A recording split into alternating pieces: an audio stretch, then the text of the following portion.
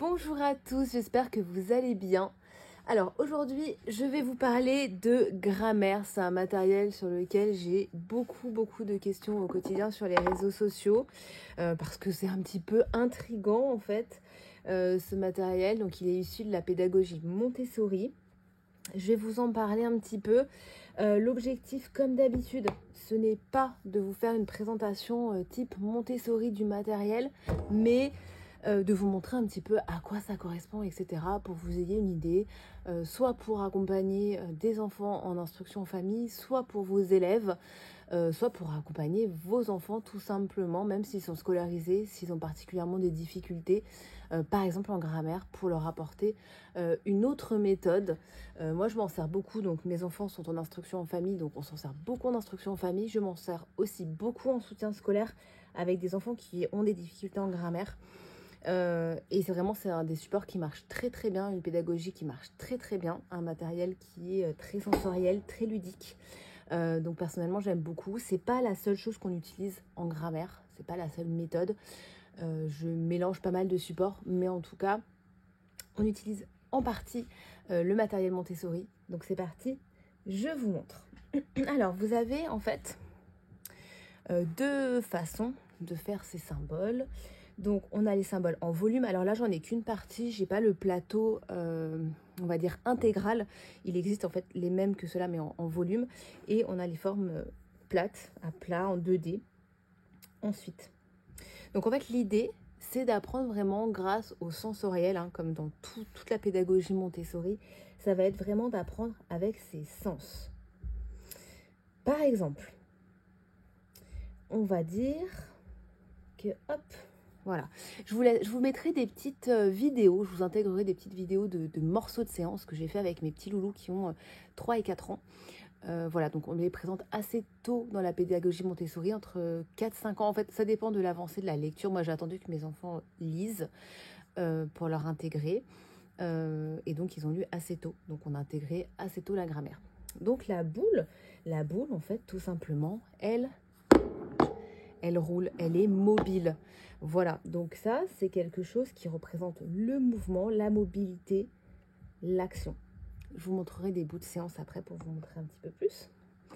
La pyramide noire, elle représente le nom, d'accord? Donc le nom, la grande pyramide, hop, c'est vraiment la stabilité, le fait voilà, d'être central dans la phrase. Et effectivement, vous allez me dire, il y a d'autres pyramides. Et c'est vrai, c'est-à-dire que les formes dans la pédagogie Montessori, elles n'ont pas été choisies par hasard. Il n'y a rien de toute façon qui est un hasard dans la pédagogie Montessori. On a par exemple, voilà, le nom, l'adjectif, le déterminant, qui ont de la même forme. Tout simplement parce qu'en fait, ils travaillent ensemble. Voilà, ils fonctionnent ensemble, ils font partie du groupe nominal et du coup, ils fonctionnent ensemble, tout simplement. Donc du coup, ils ont la même forme. Vous allez pouvoir voir aussi que le verbe, donc le verbe qui est symbolisé soit par la boule, soit par ici le cercle, et l'adverbe ont aussi la même forme.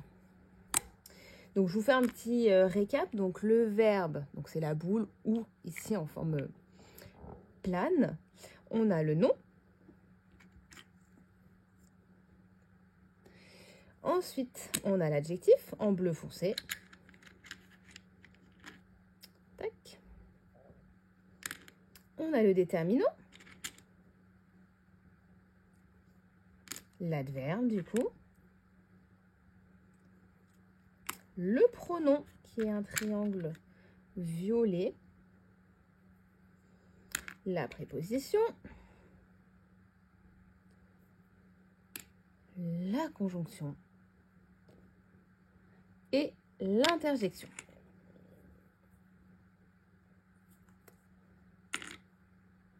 Donc là, je vous ai parlé un petit peu, donc du coup, du fait que les formes n'étaient pas du tout dues au hasard. Donc on voit, celle-ci fonctionne ensemble, celle-là fonctionne ensemble, etc. L'idée, ça va être vraiment déjà de montrer, de faire repérer à l'enfant des structures de phrases. Par exemple, le petit chat. Enfin voilà, les structures de la phrase, comment ça marche, comment ça se construit. Le chat mange, le chat dort. de lui montrer en fait des similitudes dans les constructions de phrases, de voir ce qui marche ensemble, vraiment de repérer cette structure et puis d'apprendre aussi voilà, ce qui travaille ensemble, ce qui marche ensemble. Vous allez voir dans les aperçus de séance que c'est assez bien fait. Alors ensuite, je vais vous montrer plusieurs activités qu'on peut faire. Alors, dans un premier temps, moi, j'invite les enfants à trier. Donc, par exemple, ici, trier les noms et les verbes. Mais ça peut être aussi trier déterminant nom. Trier aussi, je propose beaucoup nom adjectif, qui est moins évident pour beaucoup d'enfants. Nom adjectif, c'est souvent difficile, etc. Donc, trier un petit peu de cette façon-là pour vraiment ancrer la notion. Qu'est-ce que c'est, etc. Ensuite, je propose aux enfants d'analyser les phrases et donc de mettre en fait les symboles en dessous ou au-dessus des mots en fait de la phrase.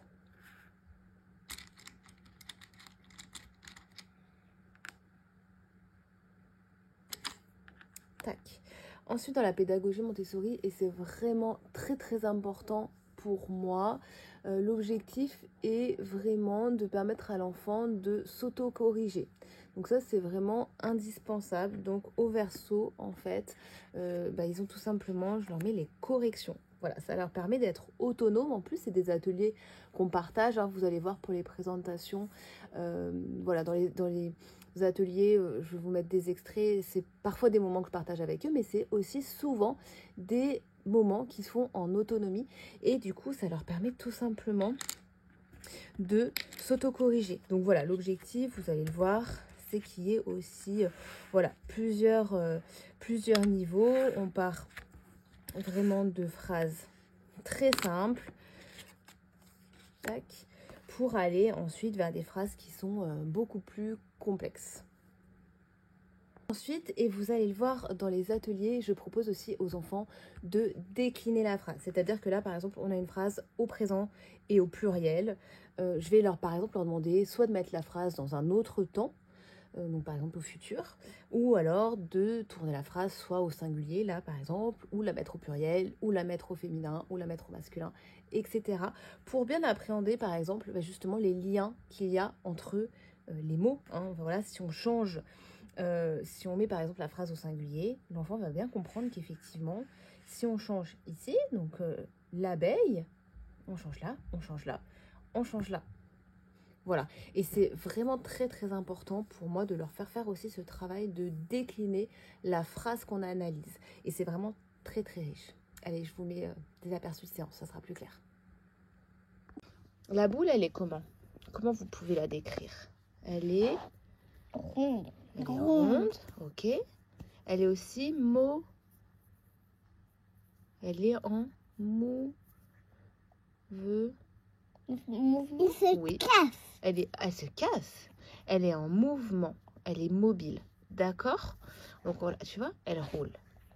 Donc le verbe, il va indiquer une action. Ah, c'est quoi comme action ça, Maxence? Qu'est-ce qu'il a mimé? Sauter. Sauter. Tu vas en mimer une toi aussi? Oui. Vas-y. Un petit fève. Ah, tu joues au tennis. On peut, chacun son tour, poser la pyramide sur un nom et le donner. Regarde, par exemple, couronne. Oh, couronne. À ton tour. Salamandre. Salamandre. À toi, Antoine, est-ce que tu veux le poser sur Ton livre. Par exemple.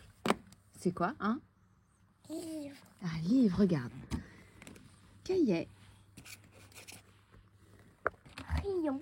Craie. Bateau. Bateau. Alors, bateau, c'est quoi? Est-ce que c'est une action? Oui, bravo, c'est un nom. Maxence, vas-y. Étoile. Étoile, c'est un nom. On est d'accord. Oiseau, Antoine, c'est. Oiseau, tu le mettrais où? Est-ce que c'est une action ou est-ce que c'est un nom? Ah, tu veux prendre celui-ci? Allez, vas-y. Porte.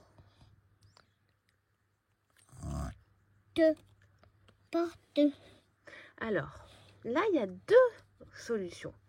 Est-ce que Maxence, tu peux me les expliquer? Toi, tu les mettrais dans le nom. Tu dirais que c'est la porte. Et toi, Maxence? Le, c'est un déterminant. Jardinier, un nom. Semer, c'est un verbe. Dé, c'est un déterminant. Graine, c'est un nom. Qu'est-ce qu'on fait après? On retourne. Tout est bon. On fait une phrase plus difficile. Et oui. Est-ce que cette phrase, on va pouvoir la mettre au pluriel? Est-ce que tu peux essayer de me mettre cette phrase au pluriel en faisant tous les changements, tu te souviens? Tous les changements qu'il faut faire. Ok? Déjà, dis-la moi au pluriel et après tu essayes de l'écrire. Les jardiniers sèment des graines. Ok, maintenant il faut l'écrire. Ok? Écris sème du coup. Ils sèment des graines.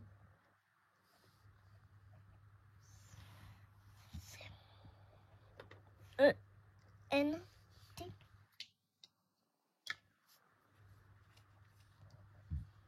Tu m'as dit l'adverbe. Ça peut être lequel l'adverbe si tu réfléchis, s'il marche avec le verbe? Eh oui, Ça, puisque c'est rond. c'est rond aussi. Ça veut dire qu'il marche Ensemble. ensemble. D'accord? C'est le même principe que tout à l'heure sur les triangles pyramides. D'accord? Allez, on change de phrase? Est-ce que... Ah bah oui, pardon.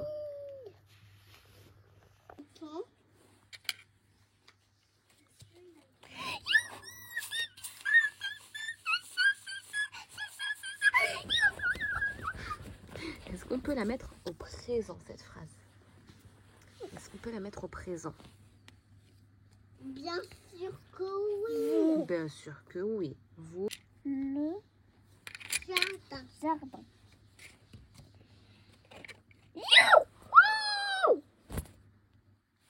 On arrête? Encore une. Encore une.